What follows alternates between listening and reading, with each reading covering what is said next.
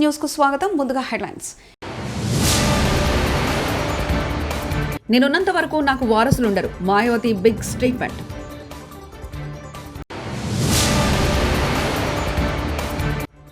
CM Revanth రెడ్డికి ఇప్పుడు time దొరికింది. రఘునందన్ రావు.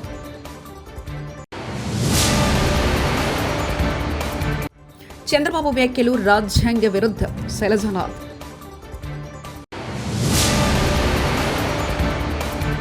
యాదాద్రి బ్రహ్మోత్సవాలు, అగ్ని ప్రతిష్ఠ, ధ్వజారోహణం. బహుజన్ సమాజ్ పార్టీ జాతీయ అధ్యక్షురాలు, ఉత్తరప్రదేశ్ మాజీ ముఖ్యమంత్రి మాయావతి తన రాజకీయ వారసత్వంపై సంచలన ప్రకటన చేశారు. తాను జీవించినంతకాలం పార్టీకి తన వారసులంటూ ఎవరు ఉండరంటూ డిక్లేర్ చేశారు. మరో కీలక నిర్ణయం కూడా ప్రకటించారు. తన మేనలుడు ఆకాష్ ఆనంద్ నిర్వహిస్తున్న 2 బాధ్యతల నుంచి ఆయనను తప్పించారు. మాయావతి రాజకీయ వారసుడిగా బీఎస్పీ జాతీయ కోఆర్డినేటర్గా ఆకాష్ ఆనంద్ ఇంతవరకు వ్యవహరిస్తున్నారు. లక్నోలో ఆదివారం నాడు బీఎస్పీ జాతీయ ఎగ్జిక్యూటివ్ సమావేశం నిర్వహించారు.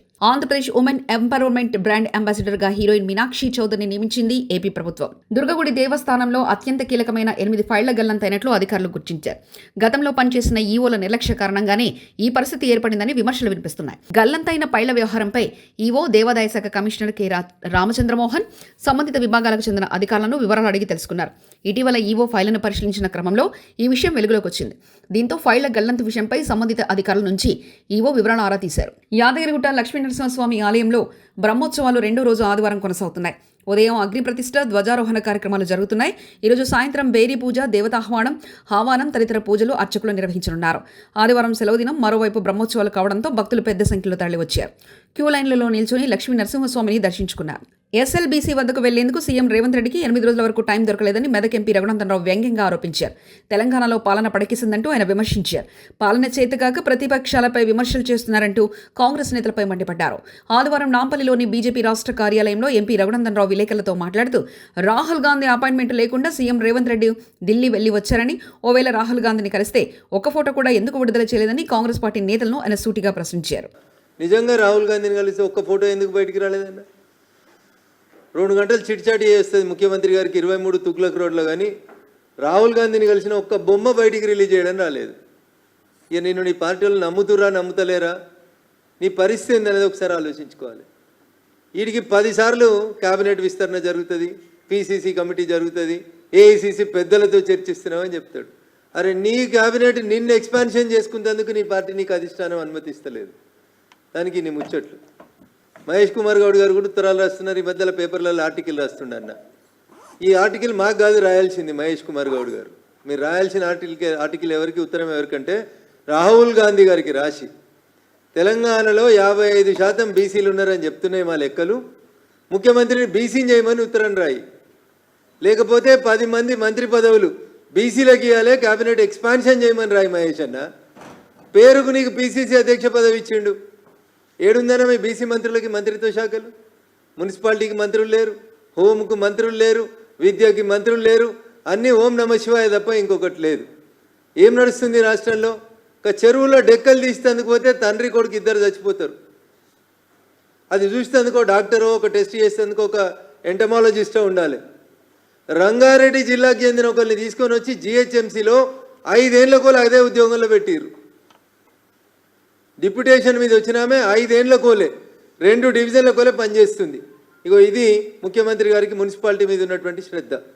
జిహెచ్ఎంసీలో ఎక్కడ చూసినా దోమల పంచాయతీ తప్పితే ఇంకొకటి లేదు. అందుకని చెప్పి ఆ ఎంటమాలజిస్ట్ మీద చర్యలు తీసుకుంటాడా తీసుకోడా అని చూస్తే కమిషనర్ 4 రోజుల నుంచి చూస్తున్నా. 2-3 కాంట్రాక్ట్ ఎంప్లాయీస్ మీద చర్య తీసుకొని 2 ప్రాణాలు పోతే మున్సిపాలిటీలో సంబంధం లేదు, చర్య లేదు. మున్సిపాలిటీలో పనిచేసేటువంటి కాంట్రాక్ట్ కార్మికులు గుర్రపు డెక్కలు తీసేందుకు చెరువులకు పోతే వాళ్ళ ప్రాణాలకు విలువ లేదు. నా జిల్లా అని బాగా మాట్లాడుకునేటువంటి ముఖ్యమంత్రి సొంత జిల్లాలో ఎస్ఎల్బీసీ టన్నల్లోకి పోయినటువంటి కార్మికులు చచ్చిపోతే 8 రోజుల నుంచి ఆ టన్నల్ దగ్గరికి పోయేందుకు ఓపిక ముఖ్యమంత్రికి లేదు. ఢిల్లీకి వెళ్ళి ఏఐసీసీ ఇన్ఛార్జ్ వస్తాడు, లేకపోతే ఇలా వనపర్తికి స్కూల్కి పోతాడు, గుడికి పోతాడు, అన్నీ చేసుకొని ఆఖరికి సాయంత్రం ఏదో వాళ్ళందరిలో డెడ్ బాడీస్ ఏమో బయటకు వస్తే అని ఒక వార్తలు వస్తుంటే వాటిని చూసి ఒకటేసారి అన్నీ కంప్లీట్ చేసుకొని వచ్చేందుకు ముఖ్యమంత్రి గారు పోతా ఉన్నారు. ఇది ముఖ్యమంత్రి గారి వ్యవహార శైలి. అసలు ముఖ్యమంత్రి గారికి ఏమైనా అడ్మినిస్ట్రేషన్ మీద పట్టుందా, ప్రభుత్వం మీద పట్టుందా? నీ వెనకాల ఏం జరుగుతుందో నీకేమైనా తెలుసా? నీ పక్కనున్న కుర్చీలు గుంజేందుకు ఎట్లా ప్రయత్నాలు చేస్తున్నారు అనేది నువ్వు ఢిల్లీలో బాధపడుతున్నావు తప్ప నీ ప్రభుత్వాన్ని నువ్వు కంట్రోల్ చేసుకునేటువంటి శక్తి నీకు లేదనేది చాలా స్పష్టంగా ఇక ఈ మధ్యలో అర్థమవుతా ఉంది. మహేష్ కుమార్ గౌడ్ గారు మీరు కూడా బీజేపీ మీద మాట్లాడుతున్నారు, మా మీద మాట్లాడు మానేసి. మీరు చేయాల్సిన పని ఏంటంటే కాంగ్రెస్ ప్రభుత్వంలో ఇంకా 6 మంత్రి పదవులు ఖాళీగా ఉన్నాయి. ఒక్క బీసీకి మంత్రి పదవికి అర్హత లేదా? కాంగ్రెస్లో 6 మంత్రి పదవుల్ని ఫిలప్ చేసుకోవడానికి 14 నెలలుగా దాదాపు 30 సార్లు ఢిల్లీకి వేస్తే కూడా అనుమతి వస్తలేదు. మీరు వచ్చి బీజేపీ గురించి, భారతీయ జనతా పార్టీ గురించి, నరేంద్ర మోడీ గారి గురించి మాట్లాడతారు. సిగ్గుండాలే మామునూరులో పోయి మేం తెచ్చినాం ఎయిర్పోర్ట్ అని చెప్తారు కాంగ్రెస్ వాళ్ళు. మామునూరు అనే ఎయిర్పోర్ట్ గురించి కాంగ్రెస్కి సంబంధం లేదు. మామునూరుకి ఎయిర్పోర్ట్ కావాలని కాంగ్రెస్ అయినాడు ఉత్తరం కూడా ఇవ్వలేదు. మ్యాటర్ ఎక్కువ మీటర్ తక్కువగా నిన్న బడ్జెట్ ప్రసంగం ఉంది. సామాన్యుడి యొక్క సంక్షేమం మీరు సూపర్ 6 హామీలు కదా ఇచ్చారు, దాని నిమిత్తం మీరు బడ్జెట్లో ఎందుకు ప్రవేశపెట్టలేదని మేము సూటిగా ప్రశ్నిస్తున్నాం. 6 హామీలని చెప్పి ఇంటింటికి వెళ్ళి ఉదరగొట్టి మరీ చెప్పారు. రైతుకు 20,000 ఇస్తామని లాస్ట్ బడ్జెట్లో కూడా పెట్టారు. ఎందుకు ఇవ్వలేదు మరి? ఈ బడ్జెట్ దేనికి? మీరు రాజకీయ ఉపన్యాసాలు ఇవ్వడానిక? మార్గాని భరత్, వైఎస్ఆర్సీపీ అధికార ప్రతినిధి. ఆర్థికవేత్త అంటే ఈయన పయ్యావుల కేశవ్ గారు ఎవరైతే ఉన్నారో ఆయన కౌటిల్యుడి కింద పోల్చుకున్నాడు. అదేవిధంగా చంద్రబాబు నాయుడు గారిని చంద్రగుప్త మౌర్యుడి కింద పోల్చాడు. అంటే కౌటిల్యుడిని అనుసరించి చంద్రగుప్త మౌర్యుడు ప్రజలకి చాలా గొప్పగా చేశాడు. అది పురాణం, ఓకే, బాగానే ఉంది. ఆయన చెప్పిన అంశం ఏంటంటే సామాన్యుడు సంక్షేమమే తన సంక్షేమంగా భావించాడు చంద్రగుప్త మౌర్యుడు అని చెప్తా ఉన్నాడు. నేను ఇవాళ అడుగుతా ఉన్నా, ఇవాళ మీరు 2వ సంవత్సరం బడ్జెట్ మీరు ప్రవేశపెడతా ఉన్నారు కదా, మరి సామాన్యుడి యొక్క సంక్షేమము మీరు సూపర్ 6 హామీలు కదా ఇచ్చారు. సూపర్ 6 హామీలకి నిమిత్తము మీరు బడ్జెట్లో ఎందుకు ప్రవేశపెట్టలేదు అని నేను ఇవాళ సూటిగా ప్రశ్నిస్తూ ఉన్నాను ప్రభుత్వాన్ని.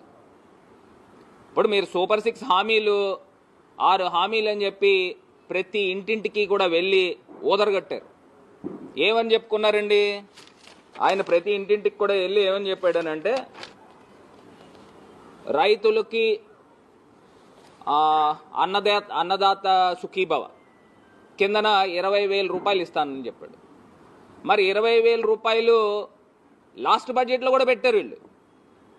బడ్జెట్లో అంకిల గారెడి బాగానే ఉంది, కానీ ఇవాళ మీరు లాస్ట్ బడ్జెట్లో 20,000 రూపాయలు ప్రతి రైతన్నకి ఇస్తాను, 55 లక్షల మంది రైతన్నలు ఉన్నారు కదా, మరి లాస్ట్ బడ్జెట్లో పెట్టింది మీరు ఎందుకు ఇంప్లిమెంట్ చేయలేదని ఇవాళ మేము ప్రశ్నిస్తున్నాం. అసలు ఈ బడ్జెట్ దేనికి అని అడుగుతా ఉన్నా. మీరు లాస్ట్ బడ్జెట్లో పెట్టారా లేదా? రైతన్నలకు అందరికీ కూడా అన్నదాత సుఖీభావ కిందన 20,000 రూపాయలు ఇస్తానని పోయినసారి బడ్జెట్ 2024-25లో పెట్టినప్పుడు మీరు ఎందుకు ఇంప్లిమెంట్ చేయలేదని ఇవాళ మేము ప్రశ్నిస్తున్నాము. ఈ బడ్జెట్ దేనికి?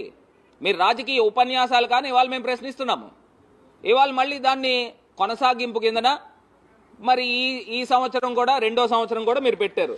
ఆ 2వ సంవత్సరంలో పెట్టింది మీరు కేటాయింపులు ఇచ్చింది కేవలము 6,300 కోట్ల రూపాయలు. 55 లక్షల మంది రైతులు ఉంటే మీరు 20,000 చొప్పున మీరు చూసుకుంటే సుమారుగా 11,000 కోట్లు అవుతా ఉంది. ఎక్కడికి వెళ్ళిపోతా ఉంది ఈ డబ్బు? మళ్ళీ దీంతో పాటు కౌలు రైతులను కూడా ఇంక్లూడ్ చేస్తా ఉన్నారు. ఎక్కడికి వెళ్తుంది? మరి అన్నదాతలకి సుఖీభవ అని మీరు చాలా ఆర్భాటంగా గొప్పగా పెట్టిన పేరుకి తూట్లు పడుస్తా ఉన్నారా అని ఇవాళ మేము ప్రశ్నిస్తున్నాం. గంగాధర నెల్లూరు నియోజకవర్గ పార్టీ నేతలు, కార్యకర్తలతో సీఎం చంద్రబాబు. సభ్యులందరికీ నమస్కారాలు, అభినందనలు, శుభాభినందనలు.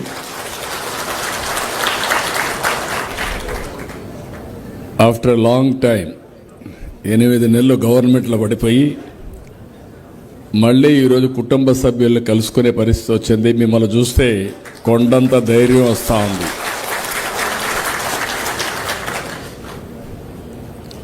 ముప్పై సంవత్సరాల తర్వాత గంగాధర్ నెల్లూరు కోట పైన తెలుగుదేశం పార్టీ జెండా ఎగరేశారు.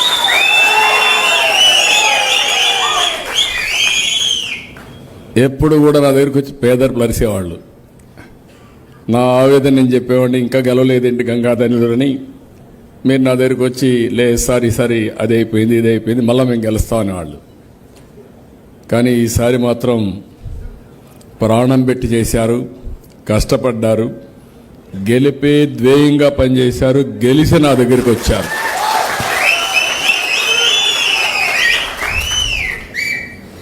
After a long time Chittoor జిల్లాలో కొంచెం పక్కన గురి తెప్పాం కానీ తంబళ్ళపల్లి పుంగనూరులో ఇక్కడ మాత్రం అన్ని సీట్లు మనమే గెలిచాం. రాష్ట్రం అంతా గెలిచాం. రాష్ట్రంలో మనం ఒకసారి చూస్తే వైనాట్ 175 అన్న వ్యక్తులు, కుప్పం కూడా మా లెక్కలో ఉందని చెప్పుకున్న వ్యక్తులు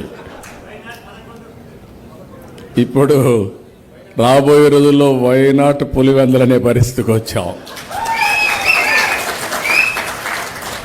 అక్కడ కూడా సరిగా చేస్తుంటే సీటు మందే. ప్రజలంతా ఒకటిగానే ఆలోచిస్తున్నారు. అక్కడక్కడ కొద్దిగా మన నాయకులు పూర్తిగా మోటుకోవడంలో కొన్ని ప్రాబ్లమ్స్ వస్తున్నాయి. నాకు కూడా తోస్తున్నాను కానీ అప్పుడప్పుడు కొన్ని ప్రాబ్లమ్స్ వస్తాయి. అయితే మీరందరూ కూడా అందరూ ఉన్నాం. నన్నైతే మీరు చాలాసార్లు చూసుంటారు చిన్నప్పటి నుంచి. ఎందుకంటే చిత్తూరు జిల్లాలో నేను క్లోజ్గా తిరిగాను కాబట్టి, అంచెలంచెలుగా ఎదిగాను కాబట్టి, పార్టీ పెట్టినప్పటి నుంచి అనేక రకాలైన సమస్యలు మనం ఫేస్ చేసాం ఈ జిల్లాలో కూడా. ఒకప్పుడు 15 సీట్లు 14 సీట్లు మనం గెలిచాం. ఆ తర్వాత నిన్నే మళ్ళీ 2 సీట్లు పోయినాయి. మిగిలినప్పుడు 7, 6 అట్లా కుడి ఎడమగా వచ్చేటివి. రాయలసీమలో కరువు, వలసలు, రైతుల ఆత్మహత్యలకు ప్రభుత్వాలు అనుసరిస్తున్న విధానాలే ప్రధాన కారణమని గతంలోనే అనేక ప్రభుత్వ గణాంకాలు చెప్తున్నప్పటికీ వాటిని ఏమాత్రం పట్టించుకోకపోగా ఇక్కడున్న సహజ వనరులను, సంపదలను ప్రభుత్వ కార్యాలయాలకు, అమరావతికి తరలిస్తున్నారు. అనేక సంవత్సరాలుగా రాయలసీమ ఇంతటి దుర్భిక్షంతో, కరువుతో అల్లాడుతున్నా వాటిని పరిష్కారానికి ఏనాడు సరైన మార్గదర్శకాలు ఏ ప్రభుత్వము అనుసరించలేదు. ముఖ్యంగా నేడు ప్రవేశపెట్టిన కూటమి ప్రభుత్వం రాష్ట్ర బడ్జెట్లో ఈ కరువు, వలసల నివారణకు ప్రభుత్వం ఎలాంటి కేటాయింపులు కానీ ప్రకటనలు కానీ చేయలేదు. ఉన్నత విద్యకు కేవలం 2,481 కోట్లను మాత్రమే బడ్జెట్లో కేటాయించింది. ఇది ఏమాత్రం నిర్వహణ కూడా సరిపోయినటువంటి కేటాయింపు. రాయలసీమలో అనేక ప్రాజెక్టులు పెండింగ్లో ఉన్నా వాటికి సరైన నిధులు కేటాయించక ఆ ప్రాజెక్టులను మరుగుల పడేస్తున్నారు. కృష్ణానది యాజమాన్య బోర్డును, ఆంధ్రప్రగతి గ్రామీణ బ్యాంకు కేంద్ర కార్యాలయాన్ని రాయలసీమ నుంచి అమరావతికి తరలిస్తున్నారు.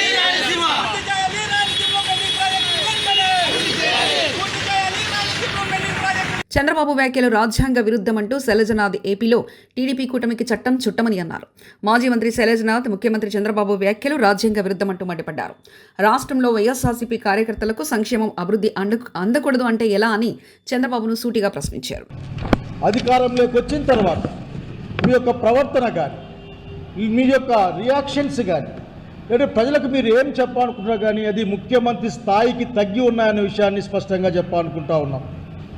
ఏదైతే రాజ్యాంగబద్ధంగా ఉన్న అంశాలని ఆర్టికల్ 14 ప్రకారం రాజ్యాంగం ముందు ఈ దేశంలో అందరూ సమానమే, అన్నిటినీ పొందడానికి సమానమే అని చెప్పిన తర్వాత మీరు అత్యంత కక్షపూరితంగా ముఖ్యమంత్రి హోదాలో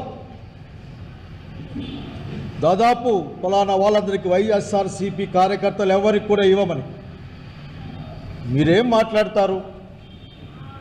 మీ వాగ్దానాలు అట్లాగే ఉన్న వాస్తవాలు వీటిని తప్పించుకోవడం కోసం మీరు మాట్లాడుతూ ఉంటారు.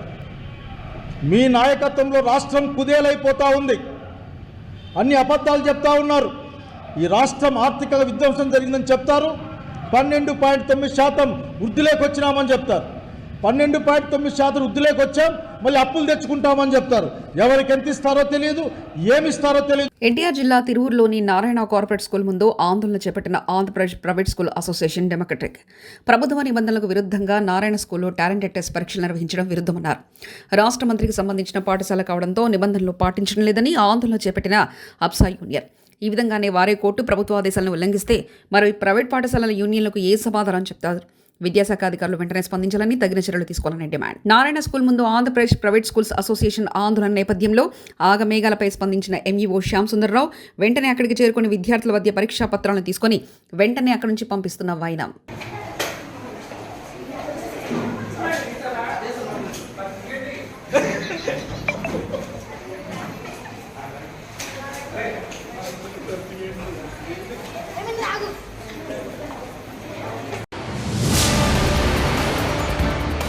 నేనున్నంత వరకు నాకు వారసులుండరు. Mayawati big statement.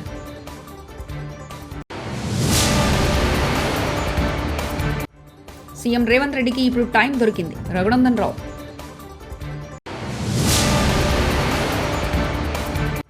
చంద్రబాబు వ్యాఖ్యలు రాజ్యాంగ విరుద్ధ. శైలజనాథ్.